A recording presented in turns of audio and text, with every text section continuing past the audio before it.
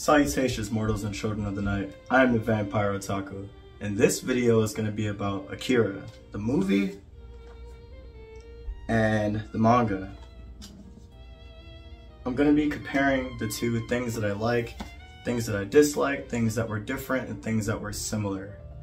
Overall, they're both incredible and very much ahead of their time. I often forget that they were made in the 80s. They're absolutely gorgeous and breathtaking and quite progressive story, especially in the manga.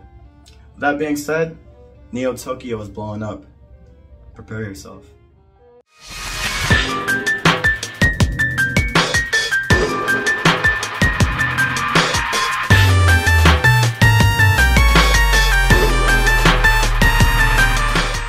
Alright, let's talk about Akira, the movie versus the manga.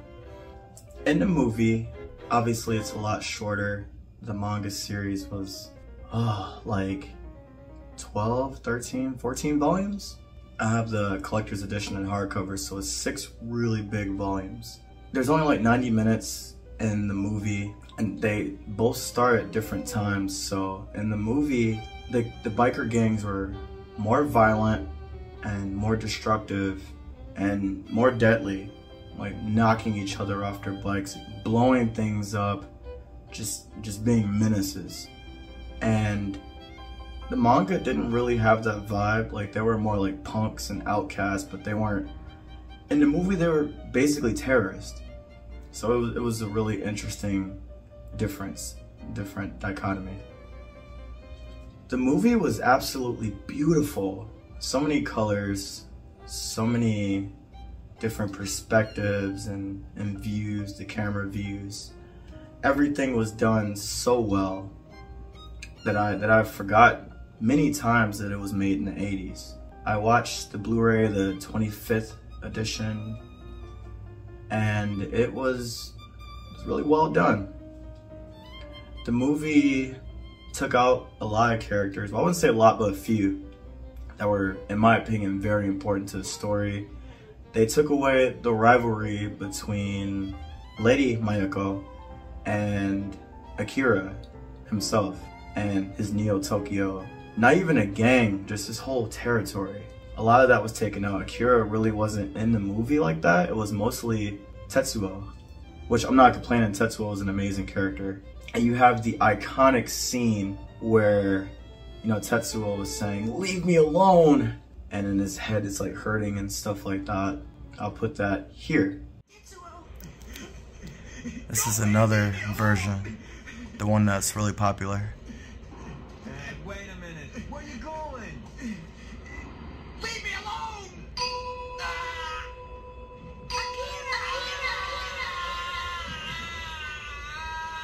Tetsuo, what happened? There's another character in this story that I really enjoyed that was in the manga, but not in the movie, and that was Chiyoko. Chiyoko was your Bruce Willis, your Arnold Schwarzenegger, just a super buff action hero. And in the 80s, that was very unheard of, to have a woman, you know, be the action hero. Like, the main character was a skinny high school student. You know, he was awesome. In Canada, you know, he shot a lot of guns. He was an outcast, a punk, and his character was really dynamic and fun. The action hero was Chiyoko. She shot way more guns, manhandled way more people, carrying people on her back while shooting people and fighting people. She was badass. She was awesome. And I honestly think that it's a shame that she wasn't in the movie. Another thing about the movie versus the manga, Tetsuo did a lot more pills and drugs in the manga. In the movie, he did a little bit to stop his headache, and that was pretty much it. He hallucinated more in the movie than in the manga, which is really interesting. The other psychics that were children that looked like old people, they had more personality in the movie than in the manga. In the manga, they all seemed sickly and just kind of there.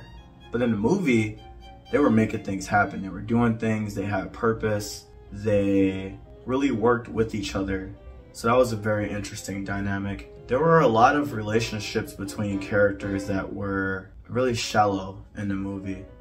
Like Kaneda and the Colonel really developed a bond from constantly evading each other, fighting each other, and just kind of getting in each other's way of their plans. And in the movie, the Colonel had his personality and Kaneda had his personality, but they didn't cross. They didn't really develop a relationship.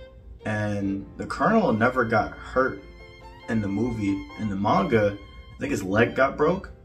You know, he was severely injured and his personality was different. In the manga, he seemed more ready to do whatever it takes to get the result that he wanted. In the movie, he was more admirable and more of a military mind versus the manga, or I'm sorry, the movie. He was more of a military personality and he had, you know, so much honor. So that was a very interesting dynamic. In the movie, they made Tetsuo seem a lot younger than Kaneda. In the manga, they seemed to be the same age. Tetsuo seemed more mature and less hot-headed, and it was more of a rivalry. You know, it's like, you know, you're always one step ahead of me. I want to be on your level, Kaneda. I want to be as strong as you, as cool as you. I'm always kind of behind. So now that I have this power, this is my chance to surpass you. In the movie, it was like, you're always treating me like a little kid. You're always, you know, treating me like I'm inferior. You know, you think you're better than me. You're always saving me. And Tetsuo almost seemed like a damsel. And there was just a different dynamic there. And I prefer the manga for sure for a lot of these different things. The story was fleshed out better. The movie seemed like a lot of random things that ended up to a random conclusion.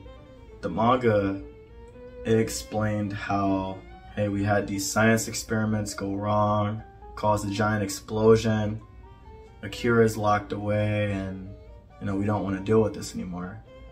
But, you know, there are still remnants of the past that, you know, are slowly leaking out, and even if you don't want to deal with this again, you're gonna have to face it. Akira's coming back. And both of those things are similar from the movie and the manga, but the movie gets you there in a fever dreamish manner, while the manga takes you there in a pretty linear story. You know, you got the similar events that happen where Tetsuo almost runs over this kid on his bike. One of the kids happen to be the psychics that have childlike bodies and voices and older faces. Like, they look like they're 80 years old in their faces, but their bodies are like 10-year-olds. And instead of hitting the kid, there's an explosion. So everybody's freaking out. You know, Kaneda's like, what's going on? The whole gang is like, what happened? Tetsuo's gone for a minute. He sequentially gets experimented on and he leaves. He's like, I don't want to deal with this. And he goes back to school and it's normal in the manga. In the movie, there is never a normal. And things start to differ there even farther. There, you know, there's a lockdown, you know, people aren't allowed outside. There's these machines that if you're out past your curfew, there was a martial law and an enforcement in the manga. And in the movie, there was really no such thing. You know, it was just like, there's terrorism happening. We think you're all suspects. We're gonna gun you down or attack you. Here's some tear gas, you know. It took away from the entire separation from Neo Tokyo, everybody else. So in the manga, you know, Tetsuo and Akira joined together to create Neo Tokyo, and they're henchmen, there are people working for them. They're trying to create new people with powers. You know, some people get super strength, some people have the ability to see everything and sense everything while having their eyes blindfolded. You know, there was a lot missing in the movie. You don't get to see a lot of new psychics being created. You just have Tetsuo throwing tantrums and, you know, destroying buildings and blowing up tanks and things like that, which is cool. I mean, in my opinion, I feel like the movie really wants to showcase how much work they put into the visual aspect, the sound, and just the overall experience that you feel when you watch it, while the manga was trying to tell a very progressive sci-fi story. And I think they both really achieve what they want to achieve, and they do it in different manners. I honestly believe that it's very difficult to jam so many chapters into 90 minutes of film, but I think they did a really good job, but they missed a few important characters and a few important parts that would have tied everything together to make the movie a less visceral experience and more of a linear, progressive experience. Like, taking out certain characters and adding too much detail to other characters caused their relationships to be strained. The relationship between the Colonel and everyone else doesn't really make sense. He's just there. You don't really understand why he's fighting so hard to protect Tokyo and to, you know, not keep everything a secret, but prepare everybody. The scientist, he doesn't really have a lot of character development. He's just there answering the Colonel's questions. That's it. He doesn't even really progress the story like he does in the manga. In the manga, he explains why things went haywire when Akira first blew up Tokyo and why Tokyo is the way that it is now. And I get it, you know, it would have made the movie a lot longer. I feel like to make the movie as good as the manga, that things needed to be established in the beginning. Things such as why does Kaneda and Tetsuo have the relationship that they have. They tried to explain it, but they kind of wasted a little bit of time on just Tetsuo having this almost little brother complex, kind of making them seem more like jerks, you know, more oblivious to everything that was going on around them and just kind of focusing on their gang. It kind of took a lot of time. There was also a lot of time just showcasing the magnitude of damage, and there could have been a lot more character development within that damage. Lady Miyako was a very important part to the story. She was the anchor between the middle of the story and the ending of the story, and she was reduced to a cameo, a very silly cameo. She was worshipping Akira in a way, whereas in the manga, she was warning about Akira. Akira shows up, it's gonna be damnation for this earth, destruction for the world. We need to make sure he's inevitably going to show up, but we need to make sure that everything is set into place, that everything doesn't get destroyed just because he's here. And also, she helped develop Kaneko as a character. Also, she helped develop Kaneda as a character and his love interest, Kei. Really, her presence developed Kei's character in a way that just couldn't be done if she wasn't there. So having a few characters missing really stunted the growth of our more important characters. And you don't really understand why Kaneda and Kei get closer, you know, besides trauma bonding, like, oh my god, like everything is blowing up, you know, there's so much destruction, there's like this crazy conspiracy going on, the government isn't helping us. And speaking of the government, in the manga, there are so many different forces coming to try to aid Japan and also fighting Japan. America was present, I believe Russia was present at some point, and none of that's shown in the movie. But again, you know, with 90 minutes, you can only do so much. But I truly believe that if Lady Miyako was more present in the story, she would have helped develop at least 3 different characters tremendously. And there are some other side characters that just made the story so much more enjoyable, and they weren't there. But the entire part that they were a part of was gone too.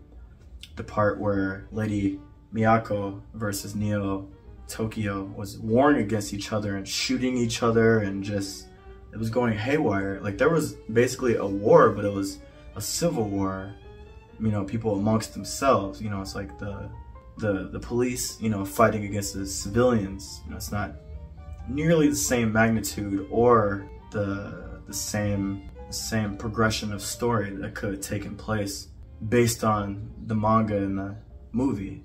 It didn't hit the same. Another cool part about the movie is there are so many different options for voice actors. You have 2 English versions and a Japanese version. One of the versions, as I said earlier in this video, became a meme, recently. It's super cool. While the other version, it's the same, almost the same lines, almost the same words, but it didn't hit the same way. And I recorded both of those, and I'm happy to show them both here. The iconic scene that has become a meme.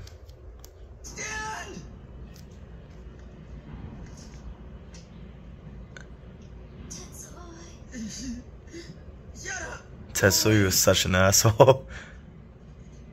Hey, wait! Where are you going? Leave me alone! Akira!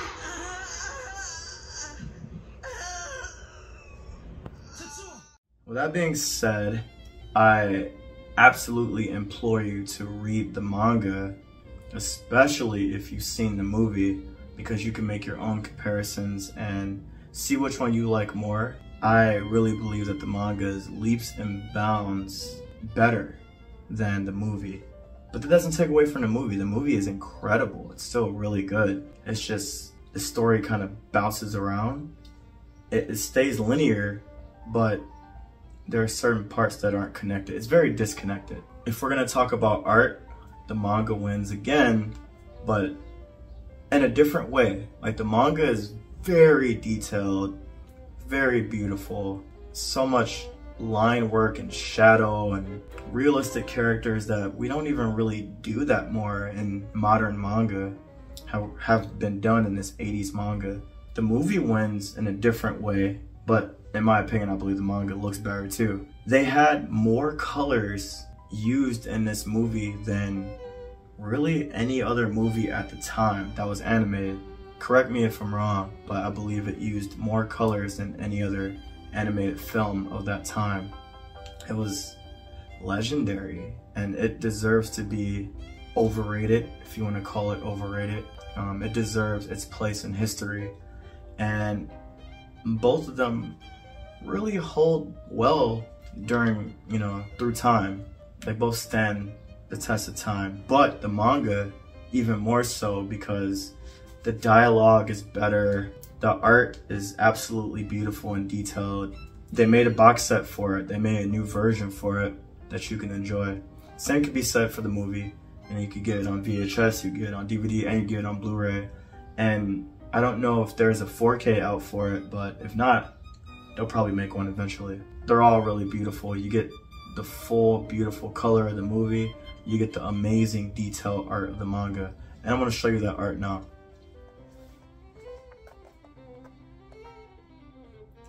Look at that incredible detail. The teeth, the pill, the shadow from the pill, the bikes. It's a very stunning manga. Beautiful cover as well.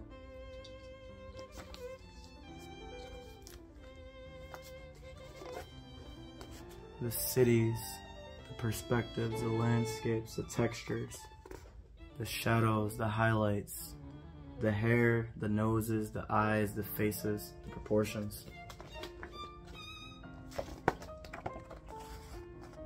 The facial expressions. It's all absolutely gorgeous and deserves your attention. Like, you can read through it, but stop for a second to take it all in, how well it's drawn. Incredible.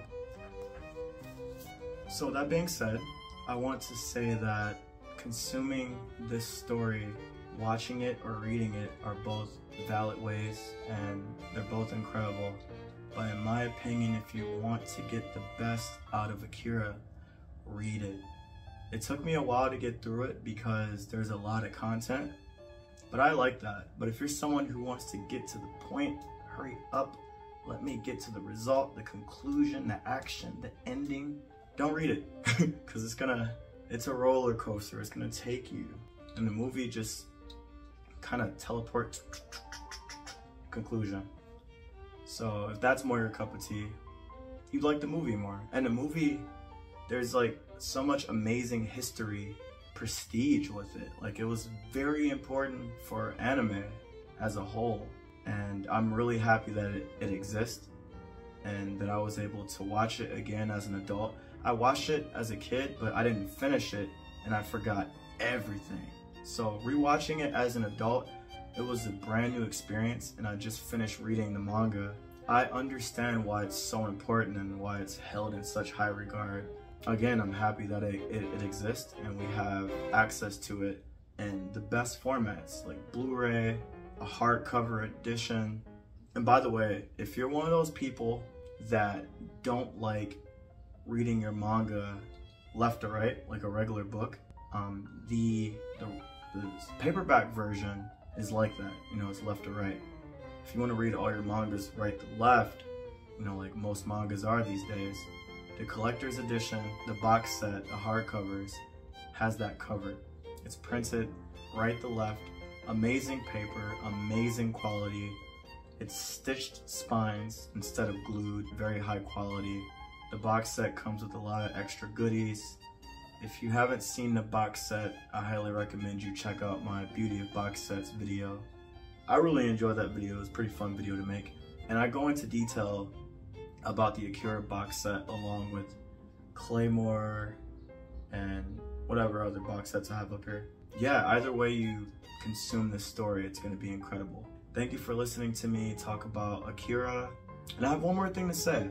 The movie kind of disappointed me a little bit in the way that the women characters were kind of backpedaled a little bit more. They were kind of put on a back pedestal a little bit. And the back burner, that's what I meant to say. They didn't shine as much as they shine in the manga. And that really made me enjoy reading it. I was like, wow, this lady's badass. She's like beating the crap out of people. Like grown military men, just punching them in the face, shooting them. Kay, you know, she wasn't a slouch either. She could fight better than Kennedy. And you know, she would, you know, grab people by the neck, choke people out, punch people, kick people. Nobody in the story, no women in the story were really weak. They were all super capable. And that's very progressive and so ahead of its time, considering that it's from the 80s. So that element was missing in the movie, and it kind of made me sad, and it kind of took me out of the immersion a little bit. But they're both still incredible, and I highly recommend both. Thank you for listening to me rant about Akira. I didn't want to spoil anything because I really want you guys to watch it and read it. So thank you once again. Subscribe if you like the content. You know, subscribe if you want to. Comment. I love talking to people in the comments. I love getting your feedback. Like the video if you liked it. And I'll see you in the next video. Thank you so much.